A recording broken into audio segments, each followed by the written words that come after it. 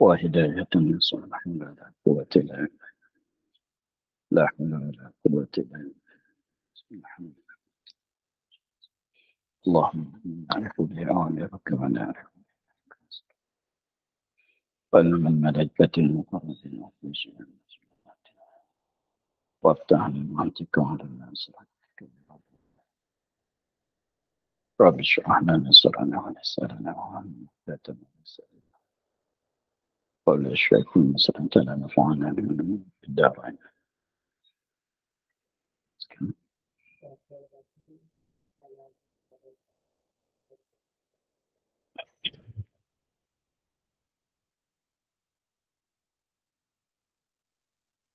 Kata Dahri,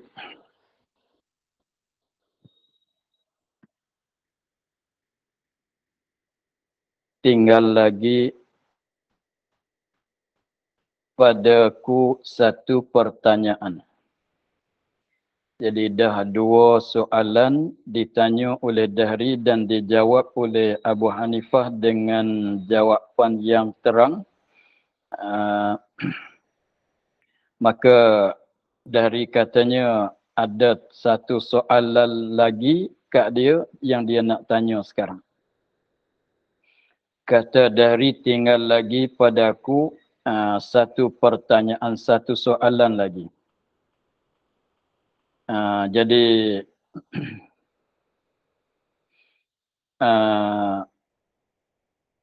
awal cerita kitanya Abu Hanifah tu dia ketika dia apabila masuk dalam majlis tu yang duduk di atas kursi kat bawah ni ialah para ulama dan guru bagi Abu Hanifah ialah Ahmad duduk di atas kursi. Dan Abu Hanifah tu pada masa tu dia berdiri kat tepi guru dia, pegang bawa selipar guru dia. Lepas tu Dahri yang menanyakan tadi tu dia naik di atas mimbar.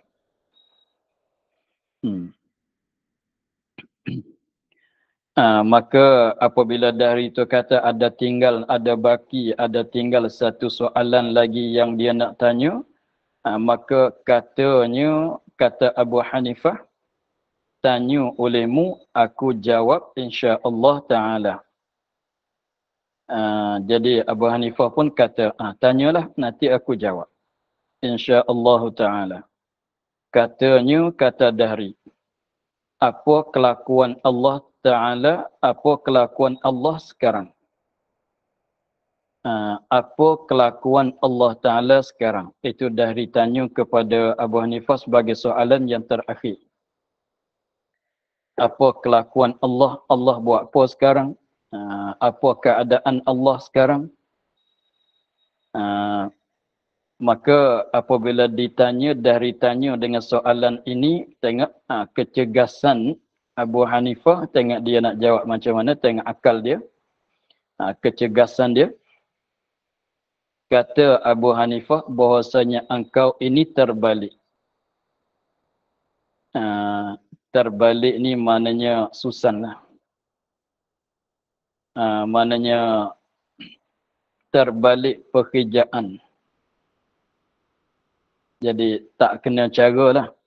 Dia katanya kau ni terbalik pekerjaan jadi susan. Yang depan jadi belakang, yang belakang jadi depan. Tu tak kena. Kalau pakai baju tu yang sebelah dalam duduk kat luar, yang luar poket sebelah dalam. Tu jadi terbalik. Tu terbalik pekerjaan macam kita pakai baju. Pakai baju yang belah luar kat sebelah dalam, yang sebelah dalam kat luar nampak bekas jahit. Yang terbalik juga kalau bab jemaah, mana imam di belakang, makmum di depan. Itu terbalik juga pekerjaan sembahyang jemaah. Itu mana terbalik, bukan pulang tu bukan. Engkau ni terbalik pekerjaan engkau. Tak kena ni. Tak kena macam mana? Engkau segianya sepatutnya begini. Ni Abu Hanifah tengok. Dia katanya segianya adalah bahawa adalah yang menjawab itu di atas sebab dari dia tanya di atas mimbar. Abu Hanifah dia duduk kat bawah. Tapi dia kata ni terbalik ni, tak kena cara ni. Sepatutnya orang yang menjawab duduk di atas. Orang tanya kat bawah. Tengok. Dia katanya bahawa adalah yang menjawab itu di atas mimbar dan yang bertanya itu di bawah mimbar. Itu baru kena cara dia kata. Ya, kau duduk atas, kau tanya. Aku ni, saya ni, apa yang menjawab duduk kat bawah, tak kena ni. Maka Abu Hanifah katanya, maka manakala engkau turun, aku naik, nascaya aku jawab akan soal engkau. Abu Hanifah kata gini, sebab ni tak kena cara. Nak bagi kena caranya, aku yang menjawab, dia kata akulah yang naik duduk atas mimbar. Engkau yang mensoal, engkau lah turun duduk kat bawah. Sepatutnya begitu, baru tak terbalik. Maka manakala engkau turun, Abu Hanifah katanya, manakala engkau turun, aku naik, nascaya aku menjawab akan soal engkau. Maka dari pun dia tak fikir apa tu masa tu. Dia fikir kata nak dengar jawapan, boleh jawab ke tak jawab. Lalu tu dia sanggup turun. Bagi Abu Hanifah naik ke atas. Dia tak sedar kata itulah nak makan diri. Itu nak kena atas diri dia tu. Maka turun ia dari dan naik Abu Hanifah atas mimbar. Maka apabila dahri turun ke bawah, Abu Hanifah naik ke atas mimbar. Maka manakala duduk ia Abu Hanifah atas mimbar, maka bertanya dahri, dahri pun tanya semula lah. Tadi tak jadi sebab tanya orang tanya di atas, orang jawab di bawah tak kena cara. Maka Abu Hanifah pusing katanya dia kena naik duduk atas, dahri yang nak tanya duduk kat bawah. Maka apabila dah siap, Abu Hanifah dah naik, dahri dah turun, maka bertanya dahri dengan tanyaan tadilah. Apa kelakuan Allah Ta'ala sekarang, jam sekarang Allah Ta'ala kelakuan dia macam mana? Maka menjawab Abu Hanifah akan tanyanya dengan katanya, kata Abu Hanifah. Maka menjawab Abu Hanifah akan tanyanya tanyaan dahri, soalan dahri. Apa kelakuan Allah Ta'ala sekarang, katanya, dengan katanya, jawab tu dengan katanya, kata Abu Hanifah, kelakuan Allah Ta'ala sekarang menggugurkan yang batil seumpama kamu daripada atas ke bawah dan menaikkan yang sebenar umpama aku dari bawah ke atas. Kelakuan Allah Ta'ala sekarangnya ialah menggugurkan yang batil, yang palsu, umpama engkau yang macam engkau daripada atas ke bawah.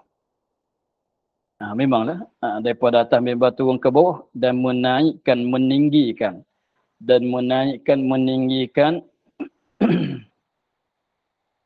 yang sebenar, yang betul umpama aku ni, macam aku ni daripada bawah ke atas.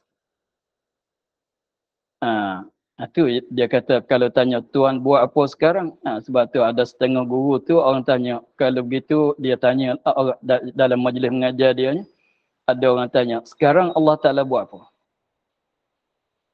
Dia kata nak tahu Allah Ta'ala buat apa sekarang, cuba ambil kayu pukul di atas kepala kau.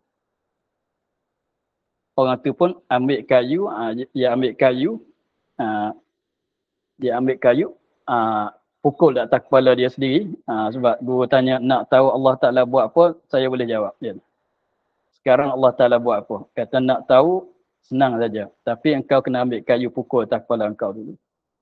Orang tu pun ambil kayu pukul atas kepala dia. Kepala dia sendiri. Lepas tu guru tanya, rasa macam mana? Dia tak sakit. Memang dah sakit nak kayu pukul atas kepala.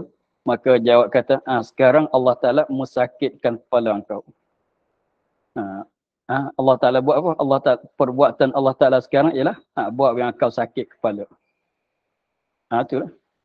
Macam tu, macam ni. Maka Abu Hanifah pun jawab, macam itulah jawapan dia. Maka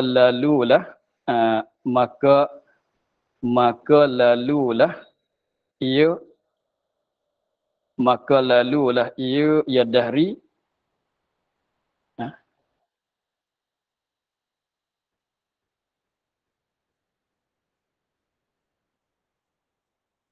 bukan.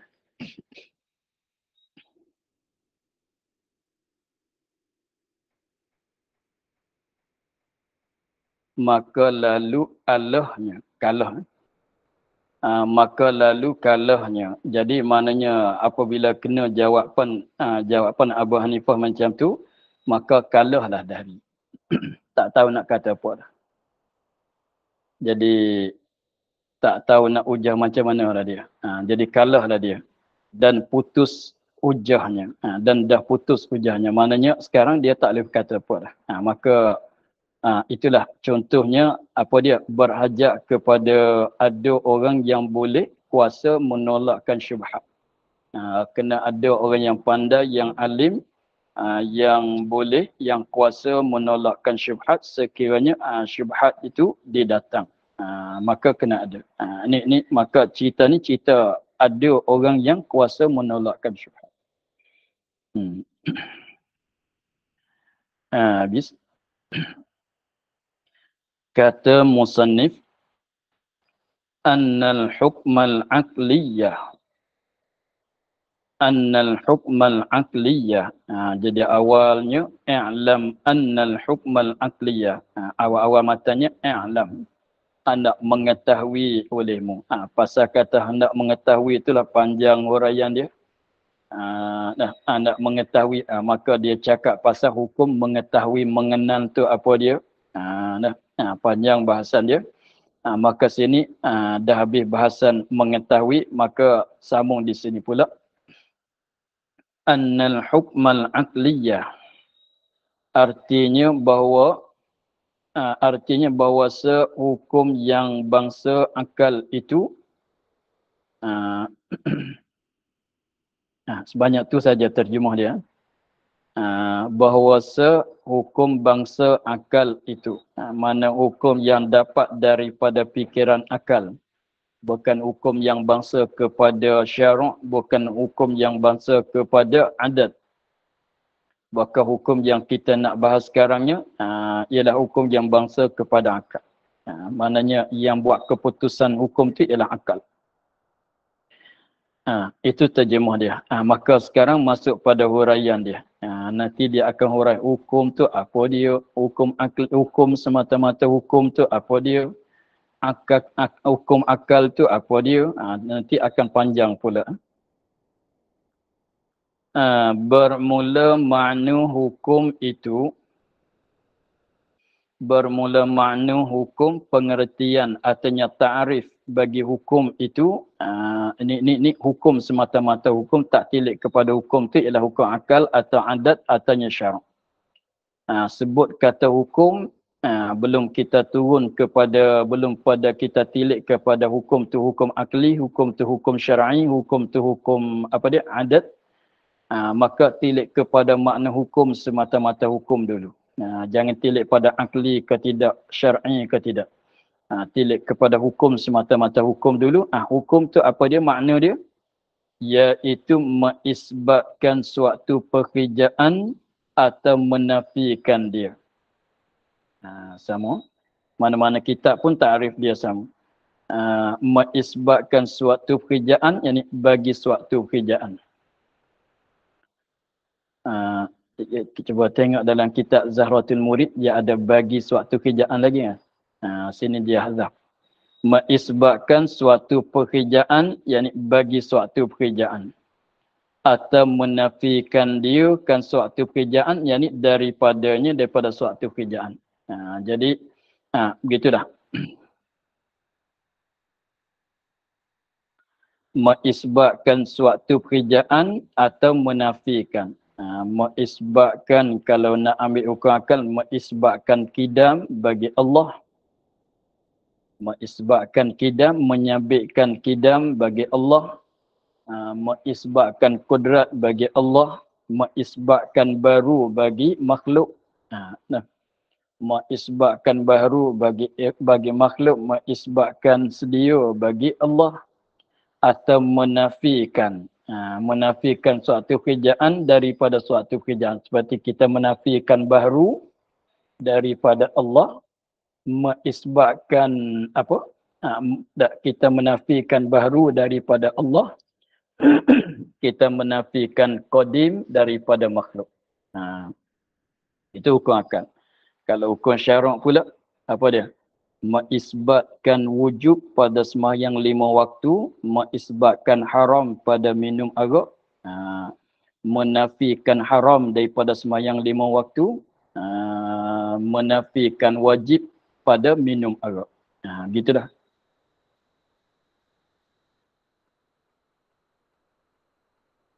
Kalau hukum adat, mengisbatkan kenyang bagi makan.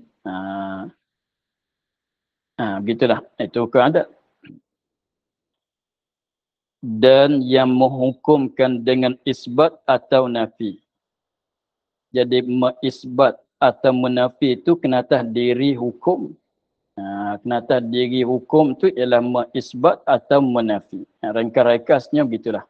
Hukum tu kalau orang tanya apa dia hukum, mengisbat atau menafi. Maka apabila katanya hukum gitu, maka mesti yang menghukum tu siapa? Yang menghukum, tengok. Maka dan yang menghukumkan dengan isbat atau nafi itu. Kalau tanya siapa yang menghukum, kata qadim itu dengan isbat qadim bagi Allah. Siapa yang menghukum dengan menafikan lemah daripada Allah. Kalau hukum akal, siapa yang mengisbatkan wajib bagi sembahyang 5 waktu? Siapa yang menafikan haram daripada sembahyang 5 waktu? Menafikan haram daripada sembahyang 5 waktu, siapa yang menafikan? Jadi mana siapa yang mengisbatkan, siapa yang menafikan? Maka hukum adat pun siapa yang katanya mengisbatkan kenyang apa bagi makan. Siapa yang menghukum, yang buat putusannya begitu. Dan yang menghukumkan dengan isbat atau nafi itu ada kalanya syarak. Tengok.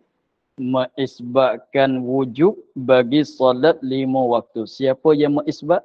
Yang menghukumkan dengan sabit? Syarak Allah. Dan ada kalanya akal. Siapa yang mengisbatkan ada bagi Allah, mengisbatkan kudrat bagi Allah, akal.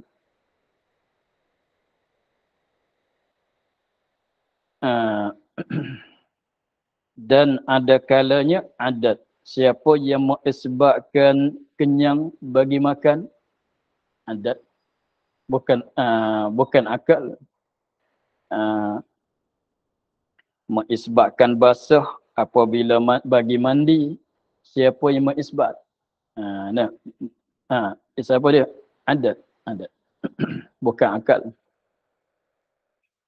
Kalau tanya akal, akal kata boleh jadi makan tak kenyang. Kalau tanya akal kan.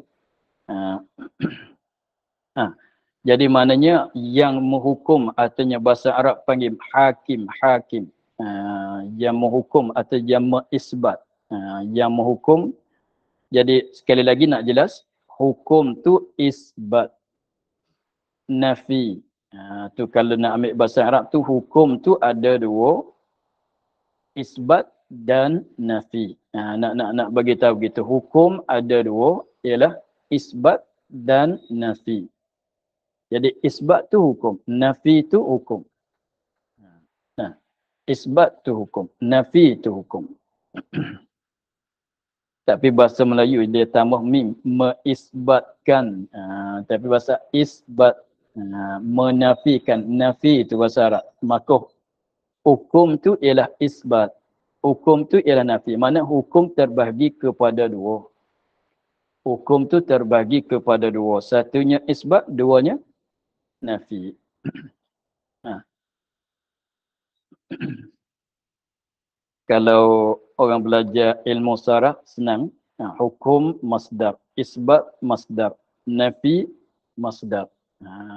Yang kata hukum tu ialah masdar. Kalimah itu kena tahu masdar. Berarti yang menghukum maknanya bahasa Arab panggil hakim. Yang menghukum tu bahasa Arab kata hakim. Maka jadi kalau tilik tadi hukum tu ada satunya isbat, duanya nafi. Kalau begitu yang menghukum ada dua jugalah. Yang menghukum ada dua juga, yang mengisbat dan yang menafi. Jadi kalau bahasa Arabnya hukum pecah pada dua, isbat dan nafi. Kalau begitu yang menghukum tu bahasa Arab kata hakim. Maka hakim ada berapa? Hakim terbagi pada mengisbat dan menafi. Musbit dengan nafi. Hakim ada dua, musbit dan nafi. Isbat tu jadi musbit, nafi tu jadi nafi. Hukum jadi hakim. Yang menghukum panggil hakim, yang mengisbat panggil musbit, yang menafi panggil nafi. Gitulah. Dan yang menghukumkan dengan isbat atau nafi itu ada kalanya syarak. Maknanya hakim tu ialah syarak, atau yang mengisbat yang menafi itu ialah syarak. Ada kalanya akal, ada kalanya adat. Mana yang menghukum atau yang mengisbat dan menafi itu ialah akal. Kalau adat maknanya yang menghukum, yang mengisbat, yang menafi itu ialah adat. Maka sebab itulah sebab bahawa yang menghukum itu ada kala syarak, ada kala akal, ada kala adat. Maka sebab itulah sebab bahawa menghukum itu ada kalanya syarak, ada kalanya akal, ada kalanya adat, dengan sebab bahawa adalah yang menghukum tu. Ada tiga kan. Yang menghukum ada kala kena atas syarak. Yang menghukum tu ada kalanya kena atas akal. Yang menghukum itu ada kalanya kena atas adat. Dengan sebab itulah terbagi hukum-hukum itu kepada tiga bagai. Dengan sebab itulah terbagi hukum itu kepada tiga bagai. Jadi hukum apabila hakim dianya kena atas syarak, maka kita panggil hukum syar'i. Hukum apabila hakim dia yang menghukum dia tu kena atas akal, kita panggil hukum akli. Hukum apabila hakim dia yang menghukum dia tu kena atas adat, kita panggil hukum adi. Dia kata maka sebab itulah terbagi hukum-hukum itu kepada tiga bahagian. Pertama hukum syarak. Hukum syarak atau panggil hukum syar'i, tambah ya masuk jadi hukum syar'i. Tapi kalau nisbah orang panggil ilmu nahwunya hukum syarak, ini idafat, bentuk idafat. Kalau hukmun syar'iyyun, kalau ada ya tu bentuk sifat.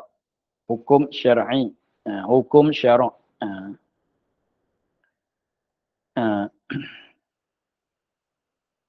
Kedua hukum akal, artinya hukum akli, tambah ya masuk. Nah, ketiga hukum adat, artinya panggil hukum adi. Hukum adat artinya panggil hukum adi. Adat tu kita buangkan ta marbutah. Ta pada adat tu kita panggil ta marbutah. Yang bulat tu panggil ta marbutah.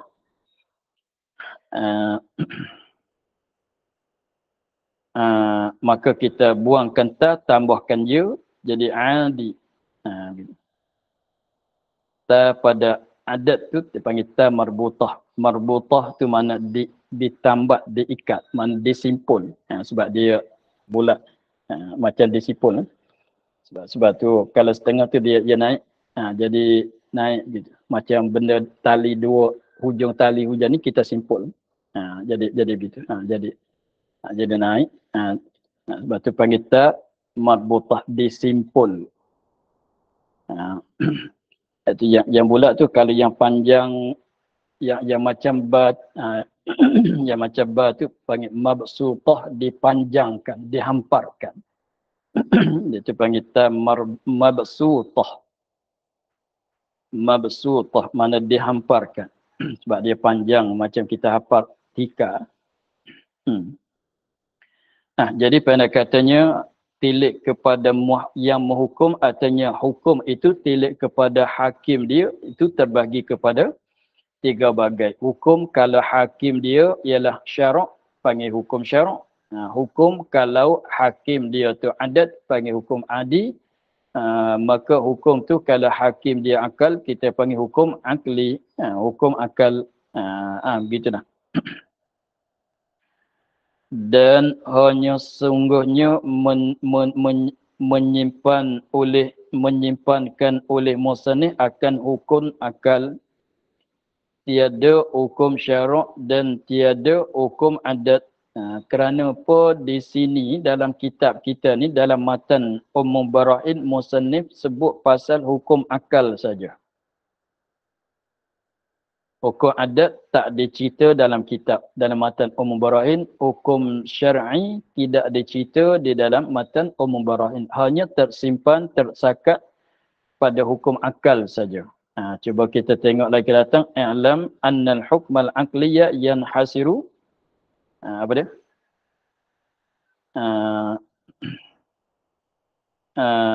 I'lam annal hukmal aqliya yanhasiru fi salasati aqsamin. Depan muka surat 10. Yanhasiru tersangkat, terhingga ia pada 3 bagai. Jadi maknanya cerita pasal hukum akal saja. Hukum adat tak cerita, hukum syarak tak cerita. Kenapa? Tengok sini dia nak cerita.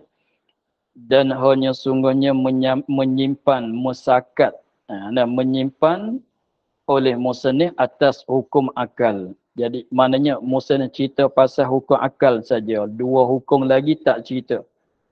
Tiada hukum syarak dan tiada hukum adat. Jadi kitab ni hukum syarak dia tak nyatakan. Hukum adat dia tak nyatakan. Hanya menyatakan hukum adat, hukum akal saja. Kerana kenapa begitu? Menyimpan oleh musannif atas hukum akal saja. Kerana bahawa berkandak menghukumkan atas Allah, zat Allah Ta'ala itu dengan hukum akal juga. Sebab dia nak menghukumkan, nak menghukumkan di atas zat Allah dengan hukum akal saja. Jadi maknanya kita nak letak hukum pada zat Allah Ta'ala dengan hukum akal saja. Jadi maknanya kita nak, kalau nak tanya Tuhan ada ke tidak, jawabnya ada dia tu wajib akal. Tuhan tu ada baru ke qadim, qadim, gitu. Maknanya nak hukum di atas zat Allah Ta'ala, hukum dengan ada, dengan sedia dan lain-lain lagi dengan hukum akal saja. Sebab tu dah dia cerita hukum akal saja.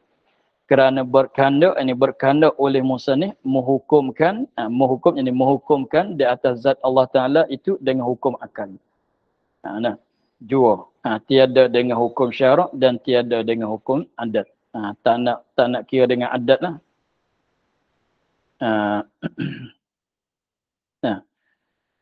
Tak ada nak kira dengan hukum adat, tak ada nak kira dengan hukum syarak, nak kira dengan hukum akal. Ada Allah hukum akal, apa kata? Sedia Allah hukum akal, apa nak kata? Begitu dah. Maka ta'rif hukum akal itu,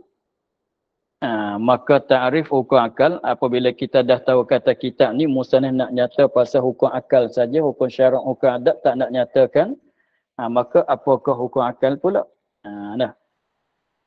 Yang lagi akan datang tu musannif ta'rifkan wajib, mustahil, harus. Adapun sini nak cerita ta'rif bagi hukum akal, belum tilik pada wajib dan nafi, wajib dan mustahil dan harus.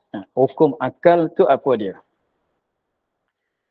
Dan ta'rif, pengenalan, artinya makna bagi hukum akal itu iaitu mengisbatkan suatu pekerjaan bagi suatu pekerjaan atau menafikan daripadanya daripada ketiadaan terhenti atas berulang-ulang cuba dan tiada terhenti di atas menghantarkan oleh yang menghantarkan.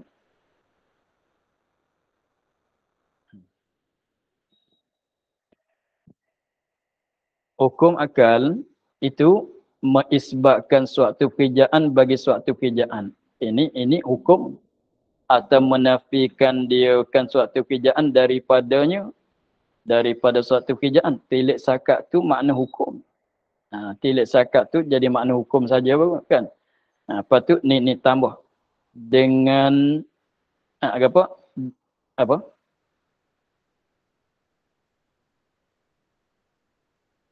Daripada ketiadaan terhenti. Ini nak tuju pada hukum akal dengan daripada ketiadaan terhenti di atas terhenti atas berulang-ulang cuba. Kalau terhenti di atas berulang-ulang cuba tu maka jadi adat. Dan tiada terhenti atas menghantarkan oleh yang menghantar. Ini nak keluarkan hukum syarak. Tengok.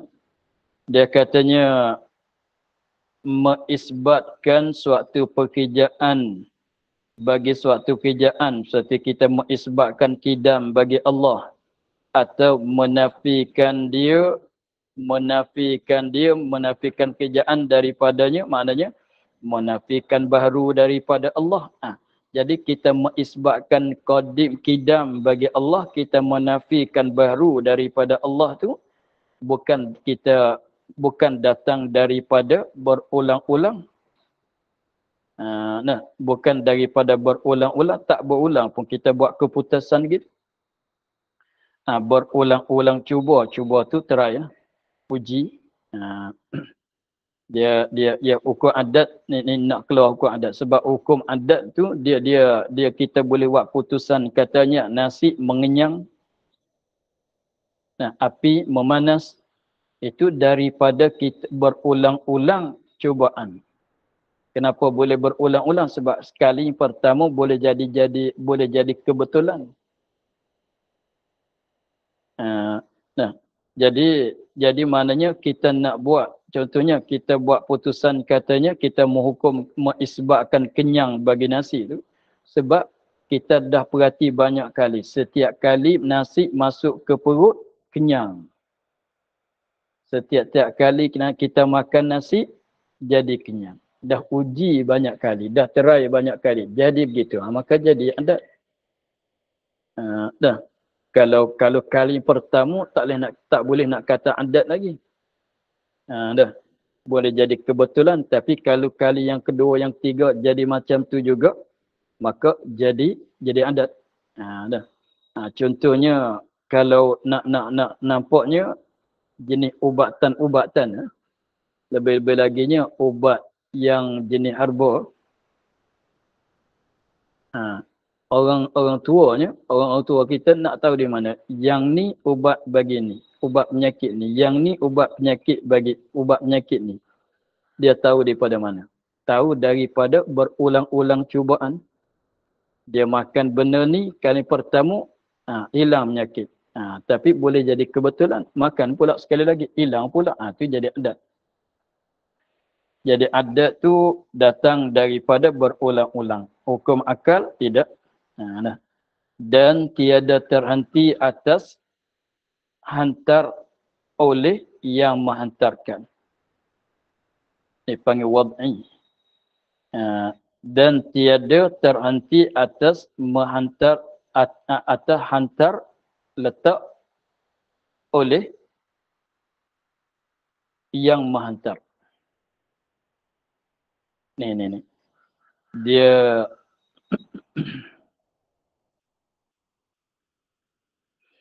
Dia hukum syarak ni dia datang bukan mari daripada akal, bukan daripada adat. Hukum syarak ni dia bukan daripada kiraan akal, bukan datang daripada berulang-ulang, Bahkan jadi hukum syarak ni dengan sebab dihantar, diletak, ditentu oleh yang menghantar. Siapa dia menghantar? Ialah syarak, ialah Allah. Tapi dia bahasa Arab tu dia panggil hukum wad'i. Maka jadi hukum wad'i ni mana hukum yang ditentukan oleh yang menentukan. Jadi kalau tengoknya contohnya sembahyang 5 waktu ni hukumnya wajib kan? Sembahyang 5 waktunya hukum yang wajib. Hukumnya wajib. Kita katanya adat, jangan tilik pada hukum syarak. Katanya manusia, adat manusia sembahyang ke tidak? Setengah tu adat sembahyang, setengah manusia tu adat dia tak sembahyang. Lebih laginya orang kafir ya. Lepas tu kalau kita tilik kepada akal, terima ke tidak ada manusia tapi tak ada solat 5 waktu? Ada ke tidak? Terima ke tidak? Terima. Tapi kalau kita katanya jirim, terima ke tidak? Tidak tidak mengambil lapang? Tak terima.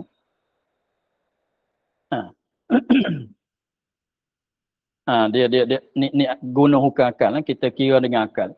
Manusia, kita kata manusia terima ke tidak pada akal solat dan tak solat? Pada akal. Terima sebab kenapa boleh kata terima? Sebab kita tengok satu golongan manusia ada solat. Satu golongan manusia tidak ada solat. Lebih laginya orang kafir tak ada berjumpa dengan solat. Tak solat langsung. Maka jadi maknanya solat itu adalah harus pada akal. Pada akal, jangan keliru dengan hukum syarak.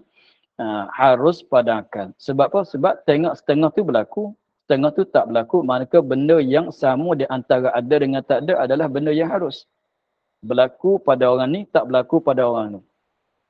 Maka solat tu berlaku pada orang Islam, tak berlaku pada orang kafir. Maka solat tu tilik pada berlaku dan tidak, maka adalah benda yang harus. Sebab sama. Macam mana nak kata wajib? Kalau wajib tu maknanya tak berlaku solat tu tak diterima oleh akal, maknanya sebutkan manusia mesti kena solat. Jadi tetapi kalau kita tilik kepada yang ni, manusia mengambil lapang manusia. Sebab manusia ni setengah pada jirim kan. Manusia ni setengah pada jirim. Lepas tu mengambil lapang tu apa nak kata? Pada akal wajib. Hukumnya wajib sebab mana-mana sekalipun tak boleh jadilah manusia tak mengambil lapang, tidak bertahayuz. Begitu. Jadi itu kita kira dengan akal. Maknanya sembahyang, puasa apa semuanya bukan apa dia? Bukan perkara yang datang daripada akal. Bahkan hukum syarak tu datang daripada dihantar, diletak, ditentu oleh yang menghantar ialah Allah Ta'ala. Jadi cubanya kalau kita fikir orang Islam, kalau umat yang dulu tak ada solat macam kita. Solat macam dia tu adalah cara dia solat tu ada, tapi solat cara kita ni ada ke tidak orang dulu? Tidak ada. Tidak ada. Tu mana katanya kalau solat tu wajib pada akal. Nabi Adam ada solat macam kita juga. Nabi dulu-dulu pun ada solat macam kita. Tapi tak pernah dengar pun. Begitu. Jadi jadi kita ni kena solat. Sebab Tuhan dah tentukan begitu. Tapi kalau Allah Ta'ala tentukan tak kena solat. Tengok orang Islam pada awal-awal Islam, awal-awal bangkitan Nabi jadi Rasul, tak ada solat macam ni lagi. Puasa tak ada lagi. Macam mana nak kata wajib pada akal? Begitu. Sebab kalau ada berlaku, ada tak berlaku, maka adalah harus pada akal. Tapi jadi kena solat kita sekarang, jadi kena puasa kita sekarang, tak boleh nak minum arak kita sekarang sebab dihantarkan oleh syarak. Ia panggil hataran syarak. Tetapi kalau tilik pada hukum hataran tu ada kala hataran manusia, ada kalanya hataran oleh syarak. Banyak yang dihantar oleh manusia seperti undang-undang dalam negeri. Nak apa dia? Nak drive kereta ke sana kena ada lesen. Kalau tak lesen, salah. Tu wad'i juga dihantarkan oleh yang menghantar juga, cumanya manusia. Jadi di sini undang-undang dalam negeri atau tak nanti negeri lah, undang dalam sekolah, undang-undang dalam sekolah, undang-undang kat pondok, undang-undang dalam rumah. Ada juga ayah letak undang dalam pondok dalam rumah kan. Kerajaan letak undang dalam negeri, itu panggil hukum wad'i. Tetapi hataran manusia, letakkan manusia. Hataran manusia, letakkan manusia. Dia panggil hukum wad'i al-bashari. Hukum wad'i al-bashari. Nak naik motor kena ada keledar. Tidaknya salah. Kena ada lesen, tidaknya salah. Begitu. Setengah-setengah sekolah, hataran dia letak, yang dia letak undangnya, rambut tak boleh panjang. Rambut tak boleh panjang. Itu maknanya hataran manusia. Itu panggil hataran juga. Jadi kalau kita tiliknya, jadi maknanya nak drive kereta kena ada lesen. Tak ada lesen, salah. Ada hak didendakan. Kena saman tu boleh. Kena saman tu boleh. Jadi maknanya boleh kata wajib tu. Lepas tu solat 5 waktu dihantarkan oleh Allah oleh syarak. Tapi kalau kita tilik dua-dua tu sama-sama hantaran. Bukan akal, bukan adat. Bukan akal, bukan adat. Panggil hukum wad'i. Cumanya kena ada lesen tu wad'il bashari, hantaran manusia. Manusia letak. Tapi semayang 5 waktu hantaran syar'i. Wad'il asyar'i. Jadi gitu. Jadi satu-satu perbahasannya apabila kita cakap pasal hukum syarak, jadi maknanya hukum syarak tu ialah hukum wad'i. Yang mana hukum wad'i itu ada dua bagai, wad'il bashari, wad'il syar'i. Hataran mana yang diletakkan, yang ditentukan oleh manusia, yang diletakkan oleh syarak. Tengok lampu, apabila lampu tu kalau merah berhenti. Bukan akal, bukan adat. Tapi panggil hukum wad'i. Siapa dia letak merah kena berhenti. Bukan syarak letak. Bukan syarak letak. Bukan syarak letak. Kata merah kena berhenti, hijau pergi. Tetapi manusia letak. Tapi kalau kita kira dengan akalnya, apa salahnya kalau nak kata putih berhenti, ganti pada tempat merah jadi putih. Biru tak guna hijau, guna biru. Kuning itu berhenti ke masalah? Apa salahnya? Cuma letak. Letak saja. Maknanya ditentukan begitu. Salah kata berjanjinya nak buat begini. Itu panggil hukum wad'i. Tapi wad'i al-bashari. Jadi faham begitu. Jadi maknanya kalau lampu merah tu berhenti. Dah tentu dah begitu. Siapa dia menentu? Manusia menentukan begitu. Itu panggil wad'il bashari. Sebab tu kalau lampu merah tu walaupun kereta mutu tidak ada sebelah sana kosong pun salah. Macam mana pun kena berhenti. Maknanya dah jadi tentunya begitu. Tapi manusia letak. Tapi kalau kira dengan akalnya, apa salahnya? Kalau nak katanya hijau tu berhenti, merah tu pergi, apa salahnya? Kalau kira dengan akal, boleh sangatlah. Gitu. Tapi itu yang dihantarkan oleh manusia. Yang kata semayang 5 waktu, kalau tilik pada akal, tak solat pun ada berlaku. Solat pun ada berlaku, itu hukumnya harus tilik pada akal. Tapi tilik pada kena solat. Sebab ditentukan oleh syarak. Sebab tu kalau kita tengok kepada hukum syarak, hukum syarak tu, hukum syarak setengah tu dia katanya wad'un ilahiyun. Mata hataran dihantarkan oleh syarak. Mana perkara jadi hantar jadi tentu oleh syarak.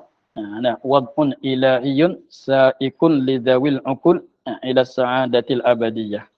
Maknanya hantaran, makna perkara yang ditentu, yang dihantarkan oleh syarak untuk orang yang berakal guna, dan membawa, apabila gunakan dengan hantaran oleh syarak itu, membawa kepada beruntung dunia dan akhirat. Begitulah. Jadi maknanya hukum akal ni susah nak kata. Dia katanya hukum akal ni ialah mengisbatkan dan menafikan, tapi bukan melalui berulangan, bukan melalui dihantarkan oleh yang menghantar. Lain pada dua tu. Sebab dia kalau terhenti di atas berulang-ulang jadi hukum adat. Kalau terhenti di atas hantar oleh yang menghantarkan ialah syarak, maka jadi hukum syarak.